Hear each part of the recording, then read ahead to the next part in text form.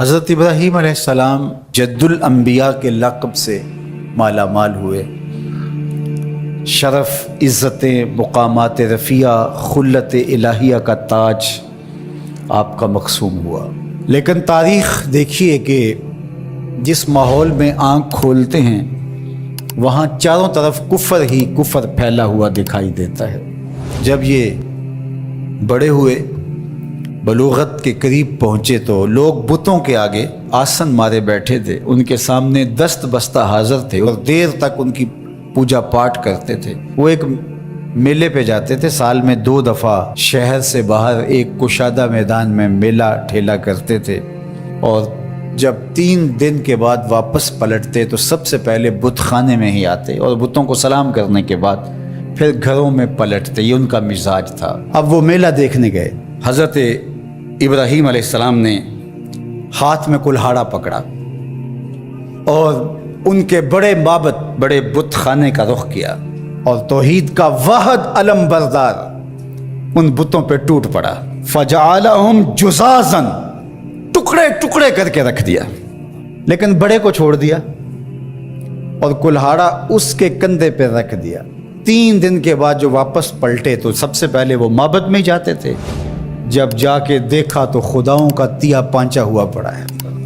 سر پہ ہاتھ رکھ لیا، رونے لگے. ہمارے ان خداؤں کے ساتھ یہ کس نے سلوک کیا؟ ہائے، یہ خدا بھی مر گیا، یہ خدا بھی مر گیا، یہ بھی مر گیا. اور بے بسی کی تصویر بنے، چیخو پکار پڑ گئی. شاہی دربار تک چیخیں پہنچی. سارے آیان سلطنت کرسیاں بچھائے بیٹھ گئے، سوچ بچار کرنے لگے یہ کیا ہوا. من فعل ھذا بآلہتنا انہ لمن الظالمین، ہمارے خداؤں کے ساتھ یہ کس نے کیا؟ بڑا ظالم شخص ہے جس نے یہ کیا. بڑے قہر میں، جلال میں. نمرود بھی، چونکہ اسے لگتا تھا آج جو ہے وہ معبد کے جھوٹے خدا گرا دیے گئے ہیں اور کل یہی کلہاڑا میرے سینے میں بھی اترنے والا ہے. اسے اپنی جھوٹی خدائی بھی ڈولتی نظر آ رہی تھی. وہ کہنے لگا کون ہے جس نے ہمارے ان معبودوں کے ساتھ کیا؟ قالوا سمعنا فتى يذكرهم يقال له ابراہیم. تو کچھ لوگوں نے کہا ایک نوجوان ہے اس بستی میں جس کا نام ابراہیم ہے. بتوں کے خلاف اگر کوئی بات کرتا ہے تو پورے ماحول میں وہی کرتا ہے، پورے شہر میں وہی بتوں کی برائی کرتا ہے، ورنہ تو سب بتوں کے ماننے والے ہیں، پجاری ہیں. کہا سب لوگوں کو جمع کرو، آیان سلطنت بھی، وزراء بھی، مشیر بھی، عوام الناس کا جمع غفیر. کہا بلا کے لاؤ نے، تاکہ لوگ اس بات کی گواہی دیں کہ واقعی یہ بتوں کے خلاف بات کرتا. اگر یہ بات ثابت ہو جائے تو پھر ہم کڑی سزا دیں گے، عبرت کا نشان بنائیں گے. اب ابراہیم علیہ السلام کو بلا بھیجا. کیا ہوا ہے؟ کہا جی آپ کو دربار شاہی میں بلایا جا رہا ہے، چلے چلتے ہیں. اللہ اکبر. توحید تو یہ ہے کہ خدا حشر میں کہہ دے یہ بندہ 2 عالم سے خفا میرے لیے تھا. تو حضرت خلیل جب پہنچے تو انہوں نے جاتے ہی حملہ کیا. قالوا انت فعلت ھذا بآلہتنا یا ابراہیم، ہمارے ان خداؤں کے ساتھ یہ سلوک ہے ابراہیم تم نے کیا ہے؟ تو انہوں نے بڑے زور سے جب دھماکہ خیز انداز سے پوچھا تو جناب ابراہیم نے کیا جواب دیا؟ قال بل فعلہ کبیرہم، بڑے نے کیا ہوگا. اسلحہ تو اسی سے برآمد ہوا ہے نا. یہ لڑ پڑے ہوں گے، یہ کہتا ہوگا میں بڑا ہوں اور چھوٹے مانتے نہیں ہوں گے، لڑائی ہوگی. تو یہ بڑا تھا، اس نے سب کو کاٹ کے رکھ دیا. پوچھ لو اس سے، کلہاڑا بھی اس کے پاس ہے. پھر کہا چلو یہ نہیں بتاتا، یہ نہیں بتائے گا، بڑا پاپی ہے، نہیں بتائے گا. لیکن چلو ان سے پوچھ لو تمہاری ٹانگیں کس نے کاٹی، تمہارے کان کس نے توڑے، تمہاری انگلیاں کس نے توڑی، تمہارے پیٹ کو کس نے چاک کیا، تمہارے دانت کس نے توڑے. ان سے پوچھ لو، یہ درد کی بکتا سنا دیں، دکھ کی کہانی سنا لیں. ان سے پوچھ کے مقدمہ درج کر لو، FIR کاٹ لو، پھر سمجھ آ جائے گی. اللہ اکبر. یہ اتنی سخت کاٹ تھی اور یہ وار کلہاڑے کے وار سے بھی سخت تھا. قرآن کہتا ہے کہ وہ اپنے گریبان میں جھانکنے لگے. اللہ اکبر. اندر سے آواز آ رہی تھی، ضمیر چیخ چیخ کے کہہ رہا تھا یہ معبود ہیں، ان کو ہم اپنا حاجت روا مان رہے ہیں اور ان کو اپنی ضرورتوں کا کفیل سمجھتے ہیں اور اللہ کے مقابلے میں کھڑا کیا ہوا ہے.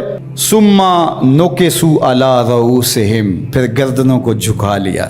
آنکھیں نہیں ملا سکتے تھے جناب خلیل اللہ سے. یہ وہی لوگ ہیں جو چند لمحوں پہلے یہ کہہ رہے تھے انت فعلت ھذا بآلہتنا یا ابراہیم، ابراہیم ہمارے خداؤں کے ساتھ یہ سلوک تم نے کیا ہے.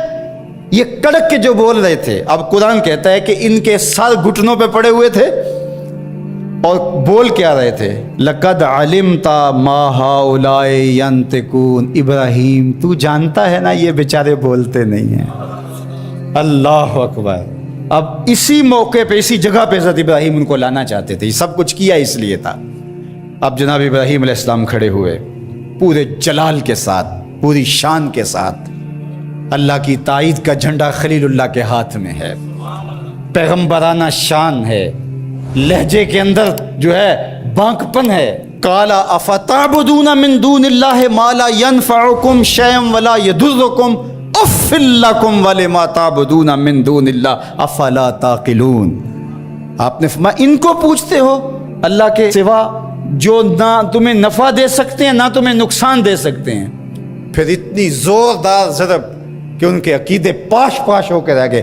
اف لکم، توف ہے تمہارے اوپر، افسوس ہے تمہارے اوپر، وَلِمَا تَعْبُدُونَ مِن دُونِ اللَّهِ، اور ان پر بھی افسوس جن کو تم پوچھتے ہو، تمہارے میں عقل نہیں ہے۔ اللہ اکبر۔ اب کوئی دلیل آگے موجود نہیں تھی، اور جب دلیلیں ساکت ہو جائیں تو پھر لوگ جو ہیں وہ دوسرے انداز میں اتر آتے ہیں۔ اب انہوں نے کیا کہا؟ اگر کچھ کرنا چاہتے ہو تو ان کو جلاؤ، اس کے علاوہ کوئی راستہ نہیں ہے۔ اب ایک چخا تیار ہونے لگی۔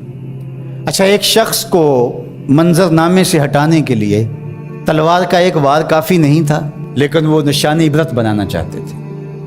بہت بڑا الاؤ آگ کا تیار کیا جانے لگا، جس میں مہینہ 2 مہینہ مسلسل اس کے اندر ایندھن ڈالا جاتا رہا۔ پھر جب اس کو آگ دی گئی تو ایسی آگ بھڑکی کہ کئی میلوں سے اس کے شعلے نظر آتے ہیں، اور کوئی افق سے گزرتا ہے پرندہ تو وہ بھی جل بھن کے کباب ہو کے اس کے اندر گر پڑتا ہے۔ اللہ اکبر۔ حضرت ابراہیم علیہ السلام بیٹھے ہیں، بدن کو جکڑ دیا گیا، منجنیق میں ڈال کر گھمانے لگے۔ حضرت جبرائیل امین نے عرض کی کہ اگر آپ کہیں تو رب کی بارگاہ میں عرض کروں یہ مشکل ٹل جائے۔ کہا مجھے آپ کی کوئی حاجت نہیں۔ تو کہا پھر آپ ہی تو واحد نشان ہیں توحید کا اس دنیا کے اوپر، تو آپ اللہ سے خود ہی عرض کر لیجئے۔ کہا مجھے ایک بات بتاؤ کہ ان کافروں کے دل میں کس نے ڈالا کہ مجھے جلایا جائے؟ کہا رب جلیل نے۔ کہا اگر جلیل کی یہ مرضی ہے تو خلیل کی بھی یہی مرضی۔ جے سونا میرے دکھ وچ راضی، جے سونا میرے دکھ وچ راضی تے میں سکھ نو چلے ڈاواں۔ کہ اگر رب کی یہ مرضی ہے تو اس کے عبد کی بھی یہی مرضی ہے۔ اللہ اکبر۔ اب جب منجنیق کو گھما کر کے آگ میں ڈالا جانے لگا تو کارکنان قضاء و قدر کی چیخیں نکل گئی۔ حورانے بہشتی نیچے جھک جھک کے دیکھ رہی تھی، مالک قیامت آنے والی۔ کہا میری قدرت کے رنگ دیکھو، فانوس بن کے جس کی حفاظت ہوا کرے، وہ شمع کیا بجھے جسے روشن خدا کرے۔ تو فرمان رب آگ کے نام آتا ہے، قلنا یا نارو کونی بردم و سلاما علی ابراہیم۔ ہم نے کہا آگ میرے ابراہیم پر سلامتی کی ٹھنڈی ہو جا، اتنی بھی ٹھنڈی نہ ہونا کہ میرے خلیل کو سردی لگنے لگ جائے۔ 40 یا 50 دن تک اس آگ کے اندر رہے، آگ بجھنے نہیں پا رہی تھی، اتنا بڑا الاؤ تھا، باہر آگ جل رہی تھی، اندر نسیم جنت کی بہاریں تھیں۔ جب آگ بجھنے لگی اور جب اس کے شعلے اوپر سے نیچے کی طرف آنے لگے، آہستہ آہستہ آگ بجھی اور جلتے ہوئے دہکتے ہوئے انگارے ہر طرف نظر آ رہے تھے۔ آپ اپنی جگہ سے نکلے اور انگاروں سے باہر یوں چل کے آئے جس طرح کوئی نازنین پھولوں پہ چل کے آتا۔ اللہ اکبر۔ یہ رب کی قدرت کے رنگ ہیں، وہ اپنے بندوں کی اس طرح حفاظت کرتا ہے۔ یہ کتنا بڑا امتحان تھا، ہنس کے دیا، لیکن پھر ایک ایسا امتحان بھی آیا، اگر کو ہمالیہ پہ ڈالا جائے تو اس کا پتا بھی پانی ہو جائے۔ حضرت خدیجۃ الکبریٰ رضی اللہ تعالی عنہا کے ذریعے سے اللہ نے اس دین کو بہت تقویت عطا کی، اور آقا کریم علیہ السلام کے لیے جس طرح ام المومنین ملکۃ العرب حضرت خدیجۃ الکبریٰ رضی اللہ تعالی عنہا، جو کہ اسلام کی تاریخ میں خاتون اول ہیں، سب سے پہلے جس ہستی کو حضور پر ایمان لانے کا شرف نصیب ہوا وہ بھی حضرت خدیجۃ الکبریٰ رضی اللہ تعالی۔ حضور علیہ السلام کے ساتھ نکاح کا رشتہ قائم ہوتا ہے، اور حضرت خدیجۃ الکبریٰ رضی اللہ تعالیٰ عنہ اپنا سارا مال حضور کے قدموں میں ڈھیر کر دیتی، اور آقا کریم وہ مال غربا میں، یتاما میں، مساکین، اراملہ، بیوگان، ضرورت مندوں اور حاجت مندوں میں تقسیم کر دیتے۔ حضرت خدیجۃ الکبریٰ رضی اللہ تعالی عنہا کے مال کے ذریعے سے اللہ نے بہت زیادہ فائدہ پہنچایا انسانیت کو، اور حضور علیہ الصلوۃ والسلام کے کام اور کاج کو، اور پھر آقا کریم علیہ السلام کے ساتھ جو دلداری، حضور علیہ السلام کی دل جوئی، حضور علیہ الصلوۃ والسلام کی رفاقت کا حق اور وفاشیاری کا جو انداز ہم یہاں دیکھتے ہیں، وہ کائنات میں آپ کو اس انداز سے کہیں نہیں ملے گا۔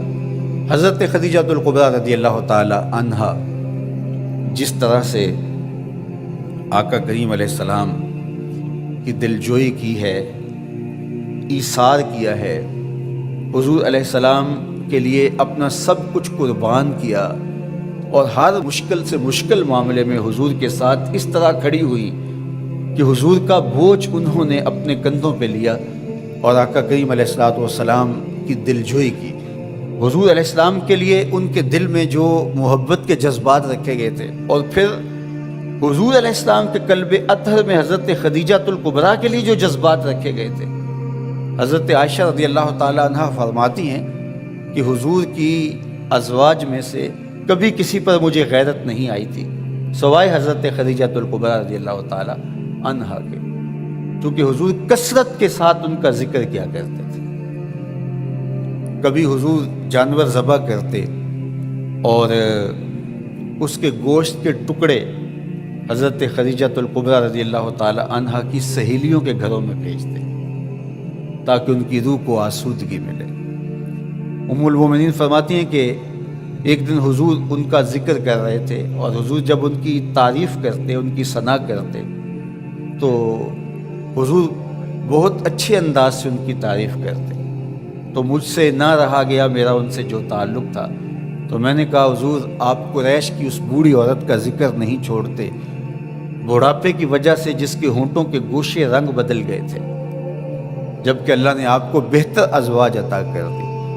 تو آقا کریم علیہ السلام نے فرمایا، عائشہ جب پورے مکے نے میرا انکار کیا تھا، اس نے میرا اقرار کیا تھا، میں اس کا ذکر کیسے چھوڑ سکتا ہوں؟ اور پھر فرمایا اللہ نے مجھے اس سے 6 اولادیں عطا کی، 4 بیٹیاں اور 2 بیٹے۔ حضور علیہ الصلوۃ والسلام کی ساری اولاد سوائے حضرت ابراہیم کے، باقی حضرت خدیجۃ الکبریٰ رضی اللہ تعالی عنہا کے بطن سے ہے، تو اللہ نے مجھے اس سے اولادیں عطا کی۔ بلکہ حضور نے ایک موقع پہ فرمایا کہ مجھے خدیجہ کی محبت کا رزق دیا گیا ہے، ان کی محبت اللہ نے میرے دل میں ڈال دی ہے۔ تو حضرت سیدہ عائشہ رضی اللہ تعالیٰ عنہ فرماتی ہیں پھر اس کے بعد میں نے کبھی بات نہیں کی۔ تو یہ وہ خاتون اس کو کیوں یاد نہ کرتے جنہوں نے ہر آڑے وقت میں، ہر مشکل لمحے میں حضور علیہ الصلوۃ والسلام کے ساتھ کھڑے ہو کر کے آقا کریم کی ڈھارس بندھائی، اور آقا کریم علیہ السلام کے لیے اپنا سارا مال پیش کر دیا۔ مکے کی متمول خاتون تھی، مالدار خاتون تھی، حضور کے نکاح کے بعد انہوں نے اپنا سارا مال حضور کے قدموں میں ڈھیر کرتے ہوئے کہا کہ یہ اب میرا نہیں، آپ کا ہوا، آپ اس کو جہاں چاہیں خرچ کر سکتے۔